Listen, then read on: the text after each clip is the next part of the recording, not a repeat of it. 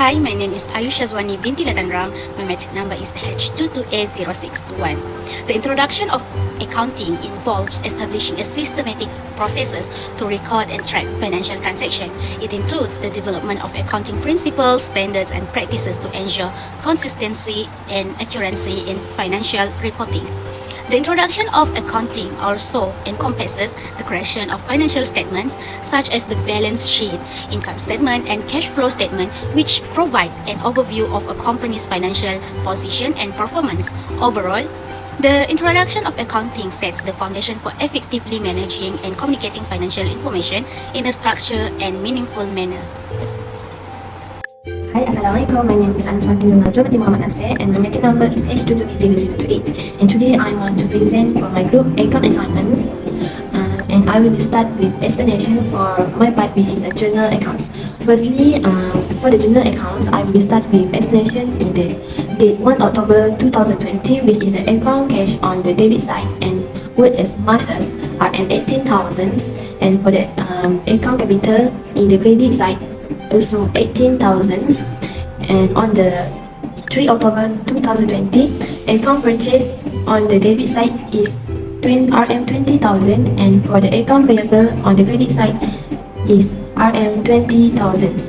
And for the 4 October, account receivable on the debit side, which is the 25,000, and for the account sales on the credit side is the 25,000. And for the 5 October, account purchase on the debit side is the 25,000, and for the account cash also 25,000 on the credit side. And for the 7 October, for the account cash on the debit side is the 15,000, and for the account sales in the credit sales on the credit side is the 15,000. And for the 9 October, for the account payables on the debit side is 2,000, and for the account purchase on the credit side also 2,000. And on the 10th October, for the account furniture on the debit side is 15,000, and for the cash account on the credit side is 15,000. On the 11th October, on the account payable for the debit side is the 12,000, and for the cash account also 12,000 on the credit side. And on the 12th October, for the account purchase return on the debit side is 3,000, and for the cash accounts for the 12th October on the credit side also 3,000. And on the 14th October, for the drawing account is 3,000, and inventory account also 3,000 on the debit side and credit side. On the 15th October, for the cash account on the debit side is the 12,000, and for the receivable account on the credit side also 12,000. And on the 16th October, for the cash account is 30,000, and for the loan account on the credit side also 30,000. On 17th October, salary account on the debit side is the 5,000, and the cash account also 5,000. And on the 18th October 2020, stationery account is 1,000, and the cash account on the credit side also 1,000. On the 19th October, for the cash account on the debit side is 18,000, and for the loan account on the credit side is the 18,000. And lastly, for the 12th October 2020, for the cash account is 4,000, and for the interest account on the credit side also 4,000. For the next discussion is the ledger account. I will start with the account capital. For the account capital, balance BD is RM80,000. For the cash account, balance BD is 65,000. For the loan account, balance BD is 12,000. For the stationery account, balance BD is 1,000. For the salary account, balance BD is 5,000. And for the inventory account, balance BD is 22,000. For the account payable current, balance BD is 6,000. For the interest account, balance BD is 4,000. For the account receivable dash, balance BD is 10,000. For the drawing account, balance BD is 3,000. For the furniture account, balance BD is 15,000. For the sales account, balance BD is 40,000. For the purchase account, balance BD is RM 20,000. For the purchase return, balance BD is 2,000, and for the sales return, balance BD is 3,000. Hello everyone, I'm Tanasri Shanmugam here and my metric number is H22A0377. Now, I'm going to explain about trial balance. Trial balance is a financial report of showing the closing balances of all accounts in the general ledger at the point in time. Creating a trial balance is the first step in closing the books at the end of an accounting period. Now, let us see the trial balance of our group assignment. In this part, we have to divide in two categories, that is debit and credit, and we have to list down according to debit and credit. Lastly, debit and credit of the trial balance must be same at the end. That's all from me. Thank you. Hi, we meet again in the profit and loss explanation for the normal business statement for the year end 31 October 2020. This statement of account summarizes the income, costs, and expenses included in a certain period of time. This profit and loss statement provided information on whether a company can generate profits by increasing revenue using cost or both. What you can see, if this amount is positive, it's called a net income, and if it's negative, it's called a net loss.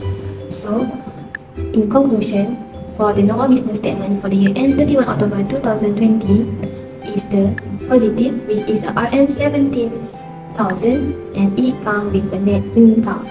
Hi everyone, I'm Thiruselvi Dr. Subramanian here. My metric card number is H22A0181. Right now, I'm going to explain about balance sheet.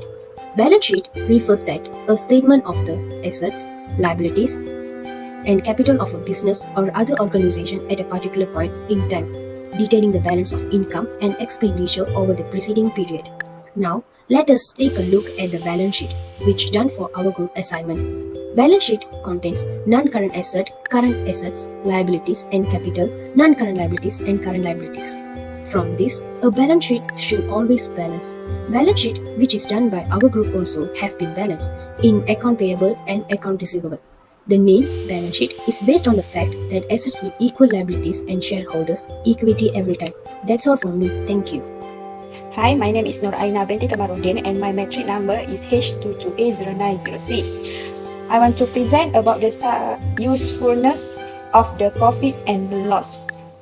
The income statement reveals whether the businessman make a profit or a loss, assess whether they have a daily, monthly, quarterly or annual profit or loss. The income statement can demonstrate which months are more profitable for us. This helps business people in budgeting and preserving money. Structure of profit and loss statement. First, sale and sales return, cost of goods sold, purchase and purchase return, gross profit, interest received, expense, salary, stationery, and net income. Hi, Assalamualaikum. My name is Nur Faizah binti Muhammad. My metric number is H22A0647. So today I will present about the usefulness of the balance sheet statement. So we know it's important business owners and accountants understand how to read and interpret balance sheets. These documents offer a quick view of a business financial standing. A balance sheet is one of several major financial statements you can see used to track spending and earnings. It displays this information in terms of your company's assets, liability, and equity. Next, assets. Assets have two primary types of asset: current and non-current. Current assets are items your business has acquired over time that will be used up or converted into cash within 1 year or one business cycle of the date on the balance sheet. And non-current assets are any fixed assets or item your business owns. So next we go to the liabilities. Liabilities is like assets. There are current and non-current liabilities. Current liabilities represent payment obligations your company has to pay within 12 months of the date on the balance sheet. Non-current liabilities are amounts your company has more than 1 year to pay. Next is equity.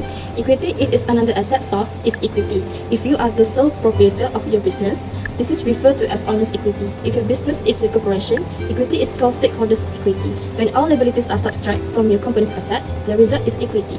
Equity is made up of paid-in capital and retained earnings. So, we know that there are many key takeaways of balance sheet. Firstly, the balance sheet is a key financial statement that provides a snapshot of a company's finance. Secondly, the balance sheet is split into two columns, which is column balancing out, the other to net to zero.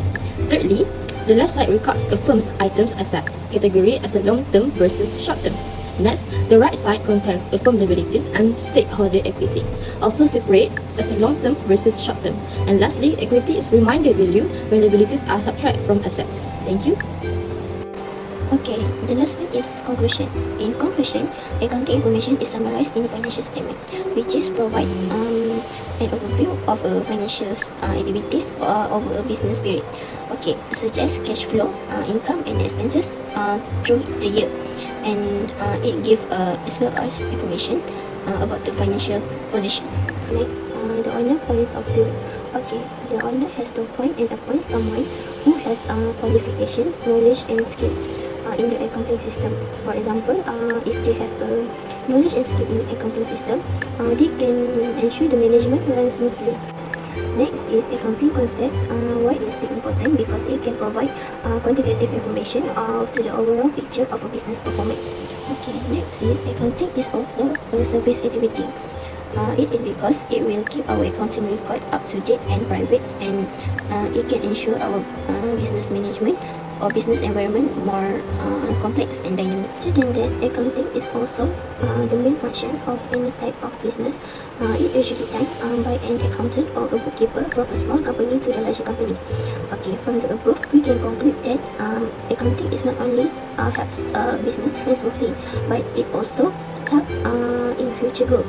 Next, financial statement that will be done by the various accounting will be used by various stakeholders, such as investor, shareholder, and also the financial and the financial institution to make an economic decision.